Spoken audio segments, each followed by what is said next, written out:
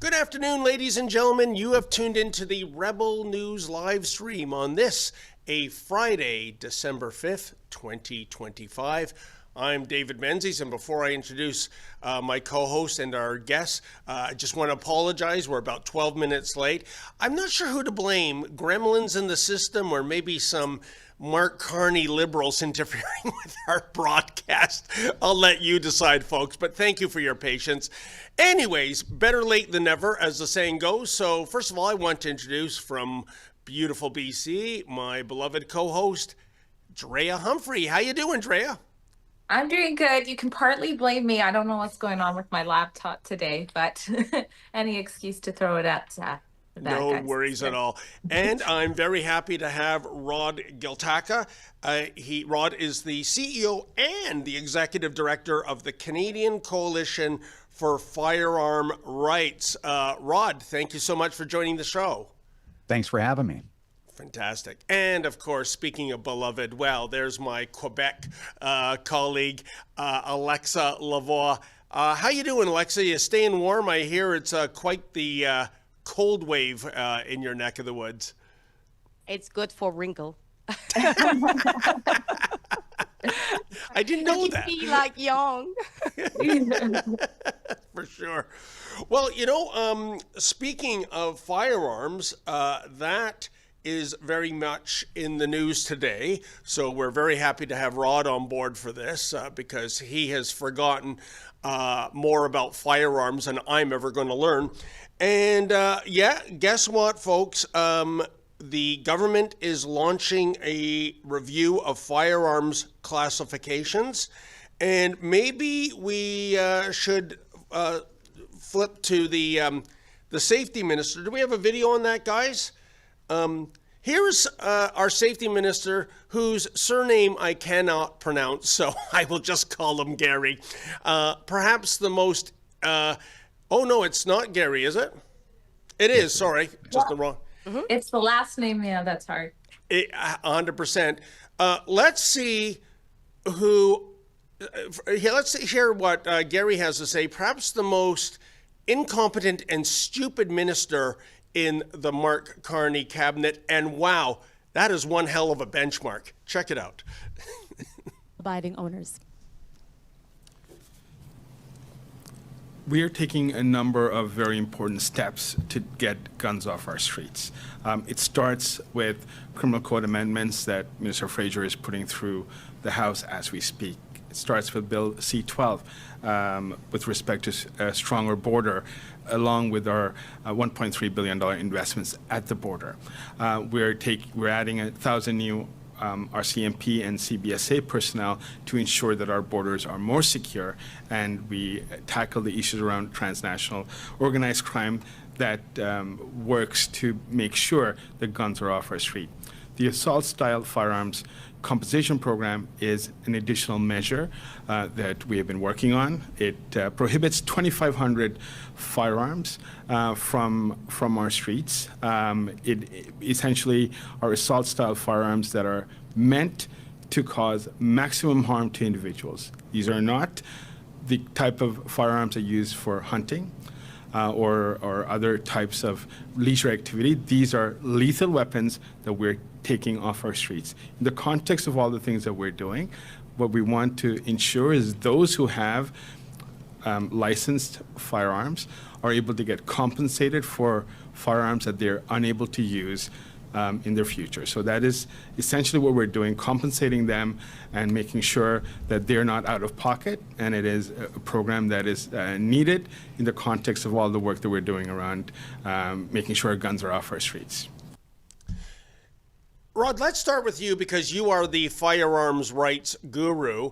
The minister said a lot of things that is ripe for debate, I think. But overall, it's the same theme, it seems to me as an outside observer. It's all about getting guns off the streets. But you know what? The gun crimes are being committed by gangbangers with illegally obtained firearms. How does going after law-abiding gun owners, gun collectors, hunters, target shooters, how is it going after them will improve any safety on the streets of our great Dominion.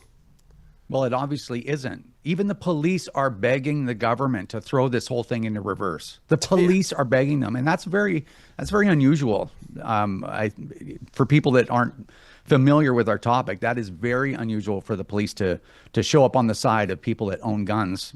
The main problem with Minister Ananda Sangari, by the way. You're the journalist. I'm just trying to impress you guys. Yeah. But hopefully it worked. The problem with what the minister said is not a single thing he said was true. Zero of it. So, and I'm going to have to call a falsity on you as well, David. He isn't the stupidest. We forget Marco Mendocino. Man, that guy is dumb as a post. Anyway, but they're in a race for last place, I guess, the two of these guys. Yeah, that's a photo finish. Yeah, exactly. Yes. The jury's still out. The Russian judge is holding out. So the problem is, he said, we're trying to get these guns off our street. Well, there's more than one street in Canada, so that's untrue. No, these guns were never on the streets, for one. For two, he's trying to conflate licensed gun owners with criminals. Of course, that's not true as well. He said that they're going to compensate gun owners. Now, this is the biggest scandal, and we sent out a media advisory twice on this, and the legacy media in Canada has yet to even acknowledge it. Jeez. I've done many interviews since this whole thing started, and not one interview on this. I was in a meeting with public safety. It was the technical briefing, and this is about 2.5 months ago, about the buyback rolling out in Cape Breton. In that meeting, public safety said flat out to me that they are going to rip off the overwhelming majority of gun owners. So the form, I'm going to try not to be too long, but this is super important. I asked them, they said this program is capped at $742 million. I said, well, how many? That's weird, including the administrative costs and everything they've spent so far on this. So I said, well, how many guns are you planning to buy? And they said 152,000. There are more than 2 million of these newly prohibited firearms in circulation.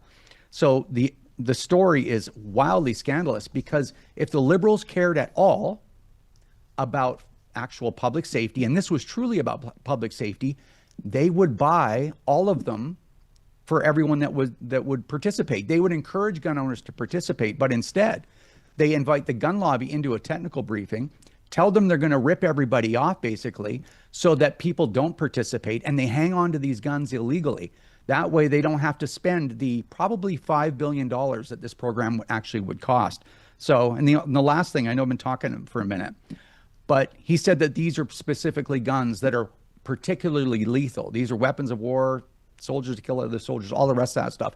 They banned almost every single .22 caliber semi-auto in the entire country, purpose built for plinking pots and pans in the back 40.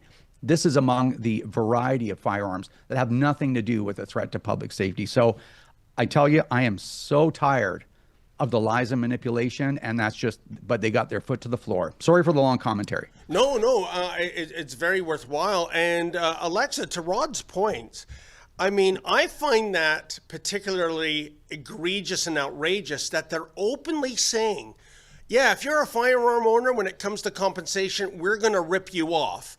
A, and B, Alexa, every once in a while when I'm out of the GTA, I go to the local gun shop, and these guys are hurting. They are suffering. Their inventory is being canceled with every announcement. What happened to this elbows up stuff? Because, I think if you're in the gun shop business, this is devastating. Why are the Liberals so ardent in going down this route when, as Rod said, even police chiefs who are normally all about gun control, they're saying this is failed policy. It is not going to do one iota of difference in terms of safety on our streets. But Gary Anasan Gary doesn't even believe on this gun grab. You remember the leak conversation? Yes. Where he actually said that he don't believe that there is already poor result with this. The gun owner, the legal one, want to keep their gun. They bought it for something. What make me believe, where is actually the goal of our government when the legal gun cannot actually be take back by the government. If you own an illegal gun, you can't just go and ask for a compensation. They would not take it. It's not a legal gun. It's not registered anywhere. You know, So that's what is the point of this gun grab at the end of the day? Is it for protecting the population from the illegal gun, or it's for disarming the Canadian and actually stopping them to be able to defend their home? Because remember when the police say, if someone break into your home, don't fight back. Put your key near the door and just like let them steal whatever you want. They want, actually.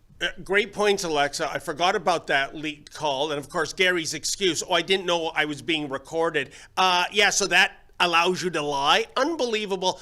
And you know, Drea, to Alexa's point of self-defense, castle domain, we have seen so many examples where people have been severely injured, have been murdered, and really, if you look at our castle laws, they're incredibly weak.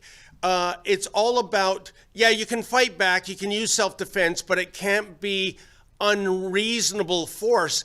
And the devil in the details is, what does that mean? Can I use the back of my hand, a fist, a wooden spoon from the kitchen counter? And that's why I think it's a real winner proposition for the Pierre Poilievre Conservatives to say that we will strengthen the castle laws, including the use of lethal force. Hey, you break into my house at 3 a.m. and have my loved ones there. I'm not sitting down going, I got to do the math here. What should I be doing in terms of reasonable or unreasonable force? Papa Bear is kicking in. I'm filled with adrenaline. So, yeah, maybe to Alexa's point, this is all about disarming honest, law-abiding taxpayers. Well, when in history has it ever been a good sign when the government is taking guns from law-abiding citizens? And I'm sure Rod would have maybe more recent stats, but I was looking up the stats, I think from 2016, and it's somewhere between 12 and 13% of homicides. The guns were illegal, or sorry, I should say only 12 to 13% were law-abiding gun owners in homicide. So when you have the government spending all of this money, telling the public this is about safety, but they're ignoring or not putting all of those resources into the 90% of cases that are actually a risk, if you look at the chart at the bottom there, you know that you're being gaslighted. But another reason we're being gaslighted here is that scrum there is taking place in British Columbia, where we have extortion shooting issue that is happening to the point that in Surrey alone this year, they've opened up 100 files of extortion cases, many of which involve firearms. And those, I mean, we haven't solved most of them, but those are not, law-abiding gun owners. And not only that, as I've reported before, they're not likely to be Canadians either. The mainstream media will say, foreign nationals, but if you actually look, we've had at least 5 deportations already. There's at least 96 individuals connected to these cases being investigated. And that is all. They're also looking into whether or not they're supposed to be here in the first place. So major gaslighting happening there, where they're in BC, Evie was there, our public safety minister was there as well, and they're all nodding their head to this plan like they're taking some action when it's not, of course, addressing the root of the issue. Now, if you guys have something to say, because this is important, when they come to take your guns, like I said, it's not a good sign. Make sure you let us know in the comments, or if you want to add anything, you can do that if you're watching on YouTube in a really cool way. You can leave us a super chat, or if you're watching this after the live, you can leave us a super thanks is what it's called. And so when you donate $5 or more, it helps keeps the light on at Rebel News, but it also becomes fun because we read your comment, make it part of the show. And on Rumble, you can do that on Rumble Rats, or that's the method you use. Sorry. Fantastic. And, Rod, last word goes to you on this file. I mean, to Drea's point, can you imagine? I mean, fancy that. Criminals not registering their guns to commit crime. Yeah, that's what makes them criminals. They don't follow the rules, including gun registration rules. But very quickly, I want to give you the last word in terms of transparency and consultation, because you told me off air that the firearms rights groups, they were never consulted one iota. It's full speed ahead. And it's a bit of a dichotomy, because I understand and this is going to be a real third rail issue, I think, for the gun grabbing liberals. They're talking about banning the SKS rifle. This is very popular on native reserves. And lo and behold, with the native groups, they are having consultations. Rod, why the double standard? Because all this is about politics. Well, it's about politics and it's about disarmament, to be honest with you. But it's that conversation is particularly interesting, right? Because I guess their position is you have indigenous groups using this firearm for hunting or whatever, and they want to, acknowledge their heritage and their right. This is a Soviet era rifle. It's like, well, the indigenous have a right to their Soviet era, an ancestral right to their Soviet era, military rifles.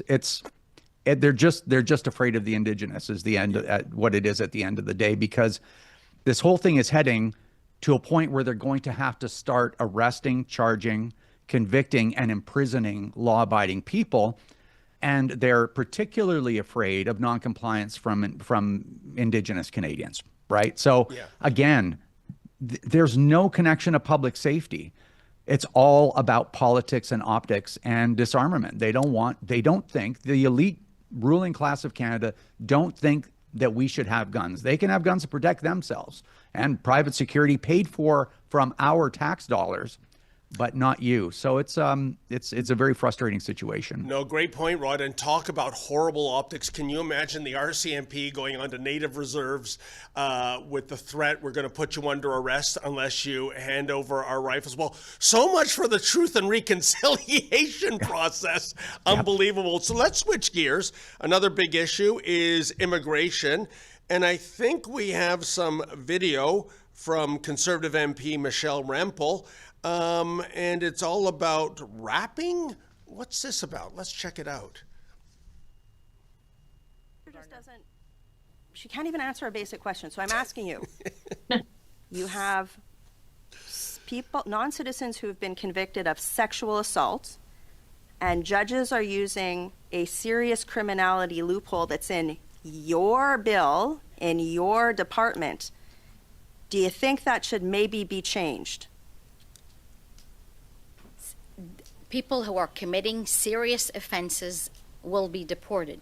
I'll tell you. No, this guy wasn't. He's still here. Well, we're talking now. I can't talk. I don't know what year you're referring to. I don't All of really these cases, know that, they're still here. And I think what you're trying to do is, this is Stand an up for approach victims? that it's a recycled approach that we heard years ago that interferes with judicial independence and you're ignores the Supreme pro-raper. Court precedent. But again, I say to you, the courts have already indicated that serious offenses will be You're dealt with pro-sexual seriously. assault guy staying in Canada. That's what we're hearing. But can't you even just say that this is wrong and you'll look into it? Like, did nobody even say, like, maybe you could just say, Minister, this is really serious. You should say it's serious. I'm going to look into it. Maybe we could work together on it. You just defended a guy who, like, sexually assaulted somebody and should be deported. And you're the immigration minister. I don't know the facts you're I just told you. I raised it in the House, and you guys have done nothing. And it's continuing every day. It's rampant in our justice system. You have the responsibility to do this, and you've done nothing. Why? Thank you, Ms. Rempel-Gardner. Thank you, Minister Diab. Wow. Alexa, can you imagine the state of our Dominion right now? Oh, I can. People are coming in with the ostensible policy reason to become citizens, and before they even get there, they're committing crimes. And I'm not talking about shoplifting a chocolate bar. I'm talking about, and Michelle Rempel is talking about, serious physical crimes. And we have cabinet ministers and judges saying, well, you know what, we're not going to throw the book at you. It might screw up your immigration hearing. This is madness. These people should be on a plane out of here the next day. What say you? First of all, that is what we are seeing that is happening here in Canada. But what about what they did in their country of origin? We don't know, because most of the time they arrive here, they claim refugee before like their case is being processed. They are free to work or to be here in our country, and there is not really a background check. And what we are seeing is like we have the human rights lobby or organization that are so powerful that they will actually block that process of deportation. And what we are seeing also, we have judge who will also work in a way that to prevent that we are deporting those people. Remember those numbers. We have 34,000 people who disappear in our country. We have 450 people who are here in our country somewhere, we don't know where, but they have criminal charges and they should be deported already.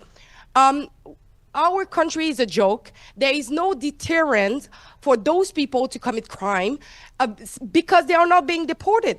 They are still here in our country and they still enjoy all the benefits. Like if it's not like our healthcare, it's all kind of benefit that they have. And so, of course, those people would just like say, you know, the consequences of doing a criminal act or assaulting or raping women versus the consequences. Of course, I'm just going to continue to do what I'm doing because there is no huge consequences. They know it. Like, people are not stupid. They can see that most of the people who committed heinous act, they are still here in Canada. Unbelievable. And, you know, Drea, we've seen for more than 2 years on the streets of our nation vile anti-Semitic rallies. You see people chanting genocide. You see them displaying swastikas. You see them cosplaying as the October 7th terrorist mastermind, Sinwar. And here's the thing. A significant portion of those people are not Canadian citizens. They are foreign students. They are here on temporary work visas. They're in the process of applying to be a citizen. And I'm sorry to break it to these people, you do not have the same rights as a Canadian. Until you get Canadian citizenship, you are a guest in our country. This is why we launched deporthamas.com. Basically, it's a website, folks, if you want to sign the petition. If you're a guest here and you're breaking the law, get thee to the airport and go home. Pack your suitcases. Drea, what is behind the government turning a blind eye and a deaf ear to these reprobates? There is absolutely no excuse. And if you listen to her, she says something like, oh, this is a recycled argument. Yeah, because you've been doing it for years and you haven't fixed it. Like, it is shocking and disturbing, but I think it is just this cowering to, oh, we can't appear to be racist or whatever it is.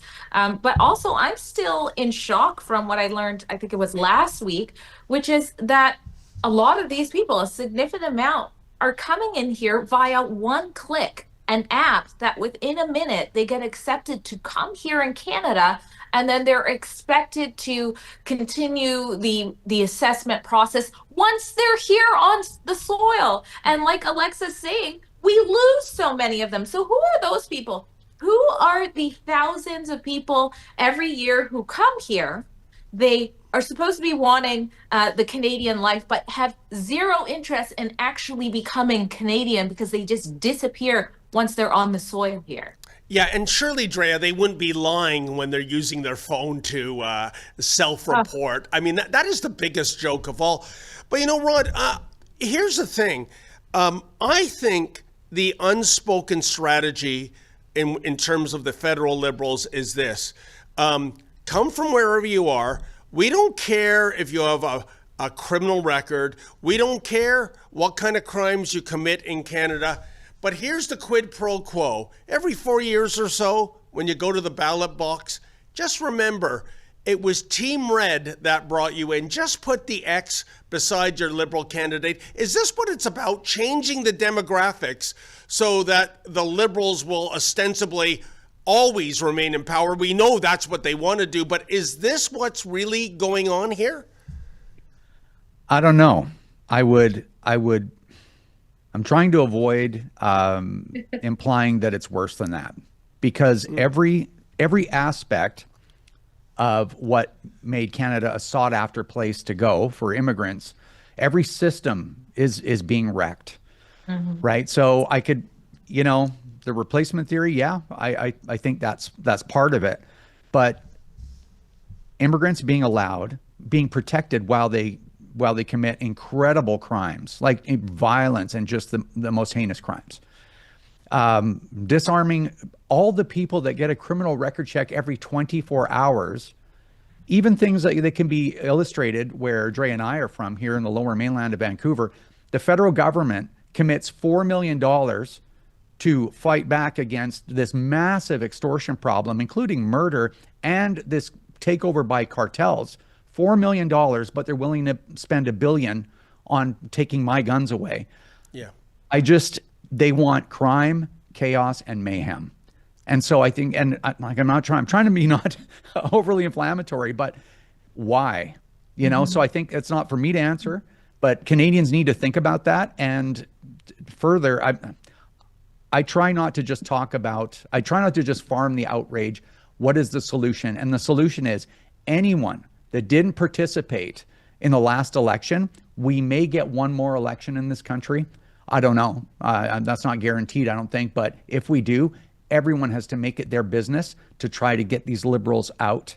And I'm not saying that the Conservatives are the cure to every problem. They aren't. But they will stop the bleeding and start pushing it, nudging it the other way so that we can get on the road to recovery. So I don't know. That's what I have to say about that. No, and I am full of terror, actually, especially with the new post-media poll that came out showing that the Carney Liberals have a 43% approval rating. Have I been missing some major announcements in terms of the elbows up file? Because as far as I can tell, in 10 months, they haven't done anything. Let's move on. If you know what, guys, if it's not a political, demographic kind of scandal here, maybe it's all about following the money, because apparently there are some very rich corporations.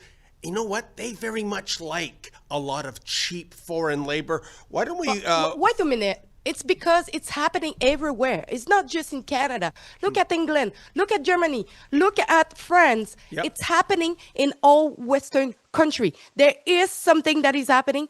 I think it's emerging from upper than just like our own prime minister or president of other country. I think the World Economic Forum, I'm sorry to say that, they are behind to try to bring more and more people from other country to equalize the rich and the poor. They try to put people like in the same kind of level that we're importing some people from other countries, so then the rich would be less rich, and then the poor would be able to have like a normal kind of like regular life. It's happening in all countries. It's not for nothing. Yeah. No, well, I would, a notable exception, I would say these days, Alexa, is the United States of America, which is getting very, very serious about, border security. And, but in any event, you know what? We've run out of racetrack for the first half of the show. So at this point, I have to bid adieu to our guests before we take an ad break. And Alexa, I guess our audience knows where to find you. It's right here at Rebel News. Can you give us some foreshadowing of a report you're working on for the days ahead? Yes, but of course, we are working a lot about the union. You know that in Quebec, they are really, really powerful. We talk about 40% of the workers are unionized, and the union are, I would say, turning really left to far left. They are embedded with the Antifa. So we are trying to shed light on this problem. And also, obviously, we are still working about the street prayer and the secular law that is going to be extended in Quebec. So we are following this pretty closely.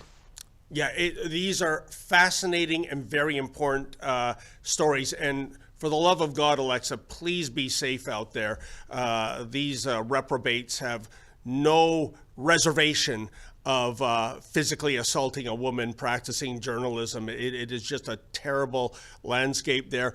And Rod, how about yourself, my friend? Your organization, the Canadian Coalition for Firearm Rights, it does fantastic work. Where can our viewers keep up to date with your organization? Well, we have a fantastic social media team, so you can follow us on all of the socials, and I mean all of them. I think we're on 11 different platforms.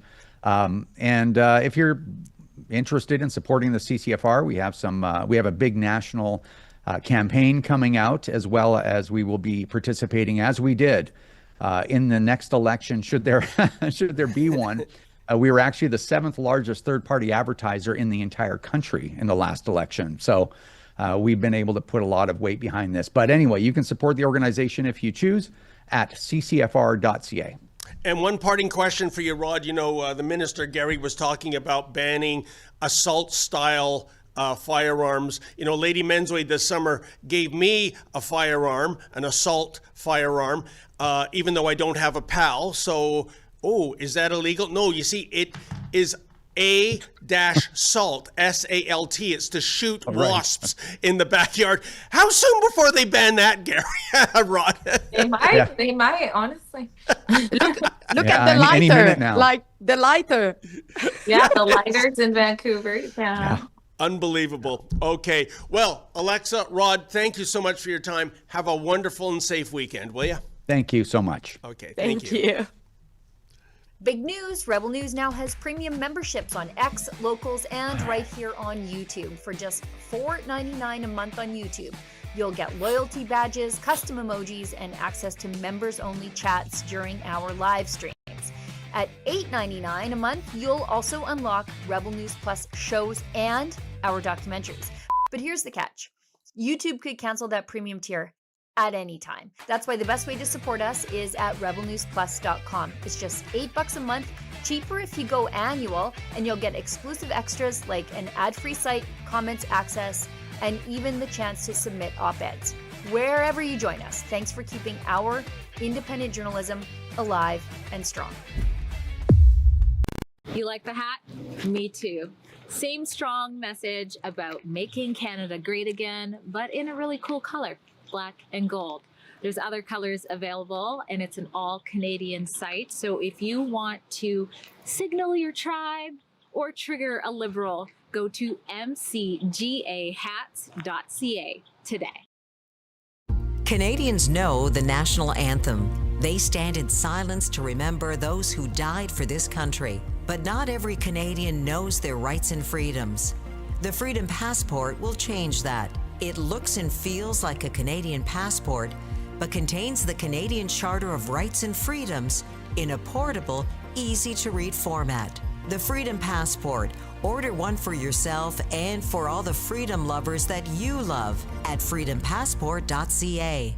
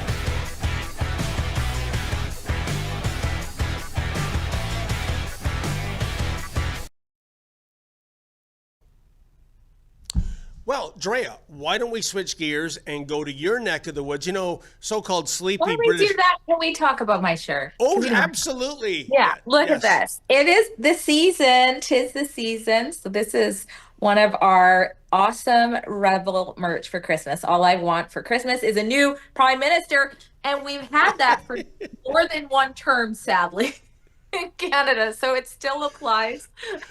But if you're looking for a fun gift to give to the rebel-minded people in your life, we even have like baby onesies. You can do that and support Rebel News at our store, rebelnewsstore.com. And we have a coupon where you can save right now. I don't know how long we'll have that coupon, but that coupon is Xmas Rebel. When you put it in, I believe, oh, sorry, I did that backwards. Rebel Xmas, and you get 15% off. That's 5% more than we normally do. So I'd get that while you can, but it's a fun way to support us. And like I said, you can wear it for a few years if it's stuff like this. Sadly, hopefully not after the next election. Yeah, Drea, I don't know whether to laugh or cry. I think I got my red and white, all I want for Christmas is a new prime minister, back in 2019. No. 6 years later, going into 7 years, I'm still wearing it every Yuletide season. Unbelievable, but it's doing well in the wash. So good quality merchandise, folks. There's that at least. Yeah. So Drea, let's go to your neck of the woods, because, you know, it's funny, you know, British Columbia has this sort of reputation, it's, you know, sleepy retirement area of Canada, but that's not been the case in recent months. National and international stories, the ostrich massacre, for example, the issue in the city of Richmond where homeowners are being told, oh, by the way, guys, sorry you had to work 40 years to pay off your mortgage. Might not be your house. It might be going to a native band. These are amazing stories. And in terms of politics, I see here the headline is Jared Yeager says 1 BC MLAs say there's no chance they'll rejoin the BC Conservatives. Just the other day, the leader of the Conservatives resigned, or was forced to resign. Drea, what's going on in British Columbia provincial politics right now? So much is going on. So much. Never a dull day in BC politics. And I do have an update. Actually, yesterday I interviewed the Kamloops mayor again for an update on that land grab. Because the entire city of Kamloops has an Aboriginal title over that. So stay tuned for that at our website called endlandgrabs.com. You can find out more information there as well. But BC politics, like you said, is hot after much pressure. Pressure from riding associations, pressure from members, pressure from his own MLAs. John Rustad, who's now an MLA, now the former leader of the Conservative Party, did resign. And so that's left many going, okay, well, what does this mean for the Conservative movement? That party has already lost 5 MLAs before him in one way or another. He's still staying on as an MLA, but it's just been, you know, they went from 0 to hero, and then I don't know what's happening right now. Hopefully this change makes them stronger, but many were asking, okay, will you bring back Dallas Brody, who's become the leader of 1BC, because she was one of the people that under Rustad was exiled in what I would call a horrible decision. She was telling the truth about there being 0 bodies at the unmarked graves. And after there was pressure from First Nation Council, she was booted out. And now look, she started a party, and her and Tara Armstrong, who is also was a former MLA there. And so people were saying, can you guys come together and come and join? But it looks like that is a hard no, at least for now, from 1BC. Crazier things have happened. So we'll see. Drea, help me understand this, because as you said, the Conservatives went from 0 to, let's face it, that election could have gone either way. It was that much of a horse race. For a long time. I mean, as a third-party observer, I would say, even though you didn't win, in a way, it's a victory. Sure. We'll fight another day. Why all this disunity? It's like they're snatching defeat from the jaws of victory to me. Well, I've done a few reports on this more in depth, but I think in short, it was more just trying to appease everybody in the big tent. Those were the words that Rustad used to use following the election. All of a sudden, before it was, yeah, we're conservative, and then it was like, oh, we're big tent. And you could see there were some that were clear leftists, like MLA Eleanor Sturko, who's now a independent, as well as I would say Amelia Boltby, who's right there beside her.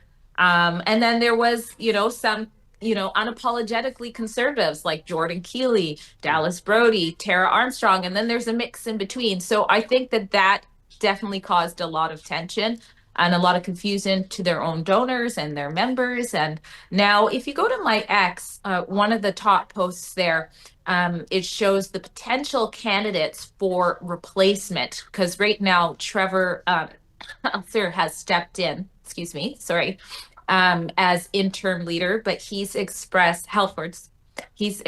that he does not want to have that position permanently.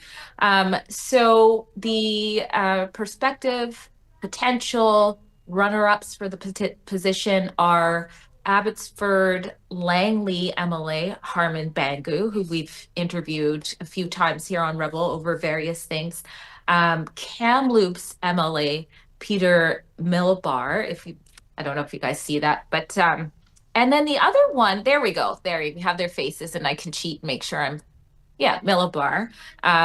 So, I mean, he was very supportive of, I think, Dallas Brody being booted out. That's one thing. And then the other gentleman there, Yuri Fulmore, I didn't know much about him. He's a philanthropist and, of course, a businessman. So he's not a part of the party now, but it looks like he's a potential. So we'll see what happens. It's just, I just find it fascinating, Drea, because on average, by and large, it is conservatives that air their dirty laundry in public, turn the guns on each other. You don't see that in the left, and whether it's the left in Canada or the Democrats in the U.S., they put on a brave face and internalize the conflicts, and it's just, hopefully they can get their act together before the next election. Now, staying with BC, and we're going to flip to a video clip of yours, Drea. I've been to Victoria. It has an unofficial saying for the newlywed and the nearly dead. But things are heating up on campus at the University of Victoria in terms of assaults. Guys, do we have that video? There is. Here we go. So sad. Thank you so much for your time. All right, now they got the smoke abuse out, blowing smoke in our face now. It's very sad. Honestly, this makes me very sad, but I'm very glad that last time when we went to the Kamloops to cover the same type of event, which was allowed to happen, by the way, there was lots of discussion that took place. I guess the students there are less scared of discussions and opinions there. But after those, conversations took place, we were tapped on the shoulder to say, thank you for showing up. And no matter what side they were on, they were actually happy that they had those discussions. That's not what's taking place here. Sorry, they're blowing smoke directly in our security's face. It's really disgusting and shameful, but hopefully we're seeing things change. And on that note, with what you just saw here, you should know that sadly to come to universities, it's not that safe anymore. I'm going to throw to a shot of what took place when Dr. Francis Whittleson went to Winnipeg right now, and have a look here. So for that reason and for this reason, as smoke and obnoxious behavior goes in my face, that's why we have to have security to bring you these types of stories. So if you want to be a part of making that possible, we don't take a penny from the state like 95% of the media. So please consider going to journalistdefensefund.com so that clowns like this, I shouldn't even say clown, God forgive me, so that we can be safe while we tell the truth against whatever you want to call this. That's journalistdefensefund.com. Drea, it is just so perversely ironic, isn't it? These are presumably students at the University of Victoria. I'm not sure, but I'll presume that. And yet these people in the higher echelons of secondary, academia, they are completely unable to articulate their point. They can't give an argument. They can't engage in debate. So they result to infantile moves, like as we're seeing here. And I mean, wow, talk about somebody right out of Central Casting. Give me a left-wing loony female. This is what you get. And blowing smoke in your face. And by the way, on that note, isn't that a matter of, in the criminal code, it is indeed a form of assault? Well, our criminal code says that intentional indirect force is assault. And so that is a physical matter. Smoke is, and that was clearly intentional. So I wrote a little bit about that and referred to a case where, in fact, someone intentionally blowing smoke into someone's face, it was ruled unlawful. But, there's just so much wrong, and it just makes me so sad with what was happening. You'll see in the full report we're working on, there's a lot to unpack in that about the state of academia as far as UVic and beyond goes. But like I was trying to say there, we were at Thompson Rivers University in Kamloops just a couple of weeks earlier to cover Dr. Francis Whittleson, going to have conversations there about how these schools are still indoctrinating the students to believe that 215 children's remains were found in Kamloops. Thus, Canada is a genocidal nation. And so she went to go do that same thing here. She was told, nope, via email, you can't come because we don't have enough time to prepare for you to come here, and that's not going to be safe. And if you come, you'll be trespassing. So she was arrested. Meanwhile, they had enough time for hundreds. There was hundreds, 300, maybe 400 students to have a counter protest there. And at first I didn't know, are these all students or whatever? I've now done the research, led by activists, many who were violent and aggressive. So while that was happening to me, that form of assault, over in the corner, other people were being assaulted. One of the men, his name is Logan Statz, who allegedly was doing the assaults. You'll see in the footage, it certainly looks like it was him, was also just up, at the front of this big counter protest, and then throwing smoke bombs at a blind person and, assaulting people. So it's just really sad that this is the state of speech. I mean, we saw, what happened to Charlie Kirk, which is an extreme measure. Yep. But Dr. Francis Whittleson was assaulted in Winnipeg. And like I said, and this gentleman who just defended himself, he goes by Drew Coover. He does some content creation, and he is an addiction interventionist. He said that they thought he was Rebel News. They were basically targeting him and saying, oh, he's with Rebel, while we're over in a different section, being assaulted in another way. So it just makes me really sad that this is but Drea, and so like. What? If he was with Rebel News, that gives you the right to assault him. But something you said is very important, and it's even happening in the U.S., especially at universities in California. They deny a conservative speaker a platform, and it has nothing to do with free speech. It has nothing to do, in the U.S. at least, of violating the First Amendment. It's a safety issue, you see? We can't guarantee safety. It is a bullshit reason, because if you think that is legitimate, then you hire security, you have paid duty police, you have the police on duty to come in, and you ensure that the show goes on. This is a false excuse just to attack conservatives, I think.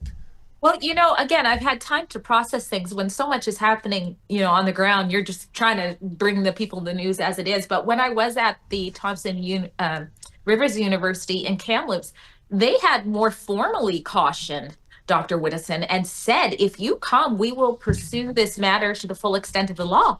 But then when she got there, there were students out there, there was faculty out there, and it was allowed to go on for close to 3 hours.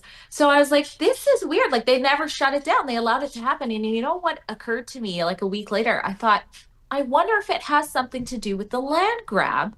The discovery that since they sent her that caution, the school, everything there is up under Aboriginal title. And perhaps some of these people who have been just saying, yes, we can never push back, can push back. We're like, you know what, screw it. Let's let the kids know the truth. Because why didn't they call the police when they said they would?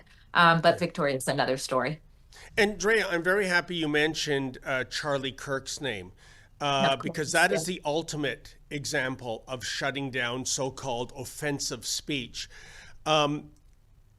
You would have thought with the assassination in September of Charlie Kirk that people would decide, okay, it's time to tone down the rhetoric.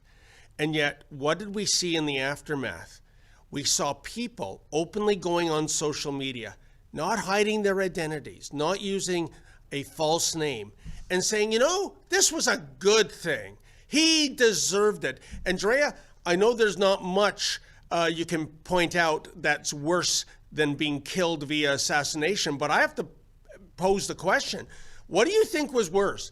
Charlie Kirk being killed in the prime of his life, or people openly applauding this and saying this is a valid way of registering your disdain for words that offend you? Oh, I mean, I don't want to judge which one is worse, but also just to add up to that, when, you know, I was trying to figure out who did it, like I can from, you know, here in Coquitlam. But there was multiple, you know, eligible suspects. You know, there was one musician, a trans musician, who had written a song about killing Charlie Kirk, and he was in Utah. And then he had a song about Charlie Kirk dying at age 31, which is when he was killed. Like, it was just so weird. But you had all these people celebrating. You saw little kids celebrating, you know, because obviously their parents are telling them to go that way. But I saw a major increase because we reported on people celebrating the attempted assassination of Trump. And, you know, Charlie Kirk wasn't even a politician, but the amount that celebrated the death of Charlie, it just seemed like it was even way more than that. So I just feel like we're quickly spiraling into a new kind of evil in certain sectors of society. Yeah, I think that is the word, evil. And again, those in positions of power who should know better to openly applaud assassination, I can think of nothing worse or more disturbing than that. You know, we're running out of racetrack here. Dre, do we have any super chats before we throw to the daily cringe? Oh, and it's a good one. Oh gosh, I hate to do this to you, David, but my laptop still has not turned on, so something is definitely wrong with it. I can see on my screen. I don't see anything on my screen either. Don't worry. I see something here. It's from Alex Gree. It's a chat for $2.79. And Alex writes, like your cat, Drea. Hey, wait a minute. What do you mean about that? Oh, David. HR, I tell you. Oh, it's a good thing we don't have a HR department. No, I think I did see a little kitty cat running behind you at one point. So yeah, my yellow side. And we have from Alexi a chat for $5. Thank you so much. Canadian pastor Derek Reimer arrested in Calgary yesterday. Yeah, Drea, for those not following the story, this is because he wouldn't offer some phony baloney apology to a librarian? Well, and the apology also goes against his religious beliefs, right? Because this is connected to, you know, drag story times and stuff like that. So yeah, again, it's just like the state of free speech in Canada, the state of freedom of religion, like Alexa's talking about, they're covering out there. These are pretty scary times. These are the times, gun grabs included, where when you hear about them in the past or you read the history, you wonder, well, why did people stay? And here we are, the messengers, you know, go down with the ship, I guess. But well, yeah. You know, Drea, two observations for me. One is I would love to talk to this librarian. I would love to ask her, do you want to see Pastor Reimer go to jail? Yeah, that's a good question. Like, do you really think this is an offense to be incarcerated? Are you on team lock him up and throw away the key as a librarian? And think of what a librarian is, Drea. You are sitting in a building full of books of all kinds of opinions. You know, it is a manifestation of free speech because, you know, in a dictatorship, first they go after the guns, then they go after the books and have bonfires. So I really would love to know if she is happy with this. And secondly, I want to bounce this off you, Drea. What do you think about this? I know apologizing would be against the pastor's beliefs, but I think in certain respects, he might have missed an opportunity, because here's what I would have done. I would have done the most outlandish, sarcastic apology with all kinds of double entendres to make it a complete joke. And hopefully it would take off on social media. I mean, you want an apology? Oh, you're going to get one. And how? What do you say about that, Drea? Well, you know, you got to choose your battles. So it's hard to say what I would do in that situation. I see your point of view. But on the other hand, you have the issue of the echo chamber. So the mainstream media, for example, would just communicate that you apologized and not let the public know your beautifully articulated, sarcastic apology. I don't know if that's what he was thinking, but perhaps this is just the hill that he dies on. And he's like, no, it's not right. I shouldn't have to apologize. And that's why I'm not going to. Good for him. And, you know, by further persecuting him and prosecuting him, you're only making him stronger. You're only giving him a bigger platform. You're only making more people, normal people, common folk, outraged at what the censorious elite are trying to do in this nation. So shame on that whole process. And if that librarian isn't supportive of this, shame on her too. Well, Drea, I think we've covered off the super chats, unless super producer Olivia says otherwise. So why don't we throw to the Daily Cringe video, and we'll have our closing remarks after that. And wow. Just when you thought it couldn't get any more woke in Hogtown, just watch this, folks. To address the physical portion of the gender transition, whereas OHIP are the physical, actually gender reallocation. So it would be covered, the top and bottom gender affirmation surgery is not covered within OHIP. That assists in the physical alignment of the patient's transition gender. And then it's also focused surgical enhancement relative to the individual's features. So that when you ask about electrolysis or laser, yes, that would cover that as well. The paring back of the Adam's apple. There is an actual, it's more detailed. We have a brochure. If you'd like us, we can give that, and you can have it in the minutes. That would actually define and provide more clarity relative to the benefit. About the inclusion or celebration of Two-Spirit people.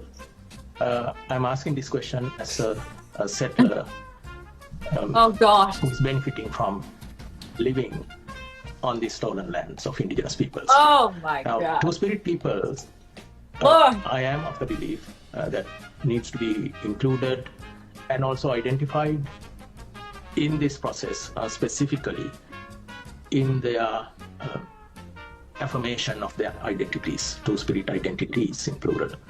This includes spiritual and cultural affirmation, reconnecting with traditions, participating in cultural practices, embracing spirituality, and so on. I did a quick Google search and I'm reading it out, not my knowledge that I produced. And also self-determination and community, and affirming Two-Spirit identities in practice. So this needs to be embedded in the City of Toronto gender affirmation process. When they look at this gender affirmation, they're looking at it broadly. I'm not sure they've looked at it to that depth of the additional pieces that you identified from a two-spirit. That's something that we can take away to look at. This particular benefit is to, as Michelle had said earlier, augments the OHIP covered surgeries to give you additional coverage to fill in the gaps. And just to answer the earlier question, the actual coverage this addresses is chest contouring, chest masculinization, facial surgery, implant, laser, electrolysis, hair removal, tracheal shaving, vaginal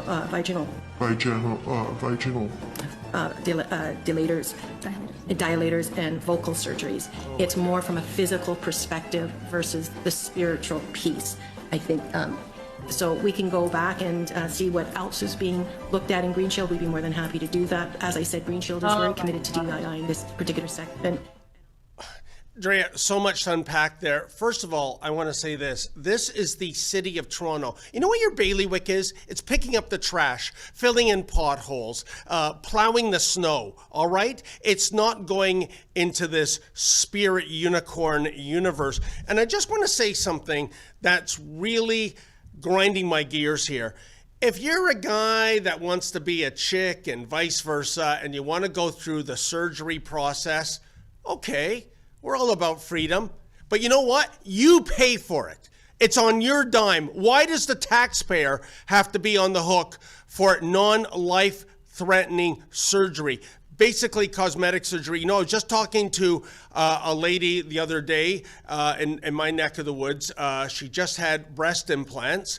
They're not real, but they are spectacular. Anyway, $20,000, Drea. She had to pay 20 grand out of her pocket to get that done. And I said, you know what? You're a rube. You should have said you're some sort of trans thing, and that would have been paid for by the taxpayer. Do you agree with me? And why are these people, a lot of whom I believe to be, after encountering them, mentally ill, being paid for their vanity operations via the taxpayer trough?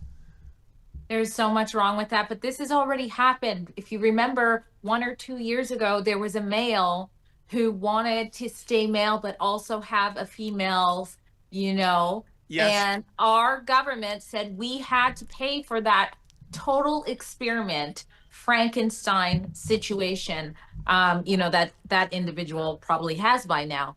That is Canada for you. And the South Asian man, I'm sure he's been here for a bit, but what that reminded me of, on one level, maybe he just thinks he is becoming Canadian. And could you blame him? He's only got the LGBTQ flag behind him. And he's saying all of the wording that our government tells the world, tells citizens, that's what we stand for. I mean, they say it's not Pride Week, it's not Pride Day, it's Pride season.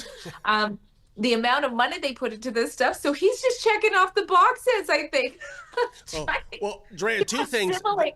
That individual that you're speaking of, I don't know if it's the same individual, but there was one in Ontario, and earlier this year, the National Post had a fascinating story about how this man, biological man, he wants to be a woman, but kinda, because he wants to get a fake vagina created in his genital region, but he wants to keep his penis. Right. So this went to the Ontario Court of Appeal, and in a 3-0 decision, Drea, they said, yep, he's entitled to do that. And even though there's not a single clinic in Ontario that can do this surgery, Drea, well, there is one in Texas. So we're just going to fly him down and have this done. And again, I go back to my acquaintance who had to pay 20 grand out of her own pocket for breast implant surgery. Now, for that guy with the whole just one quick thing. I did not know that the rest of the context that they flew him down to Texas. But how offensive is that to our Canadians who have cancer, who do their research, and they're like, you know what, there's a great, treatment just across the border in the U.S., and our government shuts it down. We can't help them, but they say, no, you can't go over there with our help because it's experimental.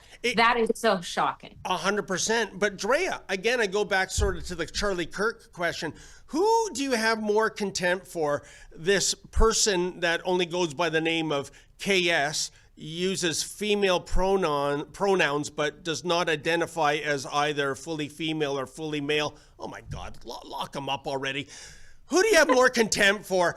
This nutbar, in my opinion, or justices at the appeals court going, yep, this is his right, and he has to be paid for via taxpayer money.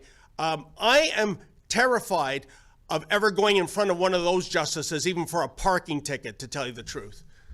Well, I plead the fifth due to Section 7 of the BC Human Rights Code that says I can't publish something that could cause people to have contempt for a protected individual. Oh. All I can think of is the dying words. She was so ahead of the curve, wasn't she, from the 1939 movie, The Wizard of Oz, when the witch has water thrown on her. And her last words as she's melting, thanks to what she thought was the harmless victim, Dorothy. What a world. What a world. Yes. And by the way, one last point before we sign off, Drea. This guy going on about Two-Spirit, every time I hear that word, I can't help but think it's going back 7 years ago. It was Stephen LeDrew, the former president of the Liberal Party of Canada. He was on Tucker Carlson's show when Tucker Carlson was on Fox, and not as unhinged as he is today, I would say. But Tucker Carlson said, because there was the Elementary Teachers Federation of Ontario came out with, I think it was a 15 letter initialism for the LGBT community. I can't remember it all. And he picked out one of those initials, which stood for Two-Spirit, and he said, "What's Two-Spirit?"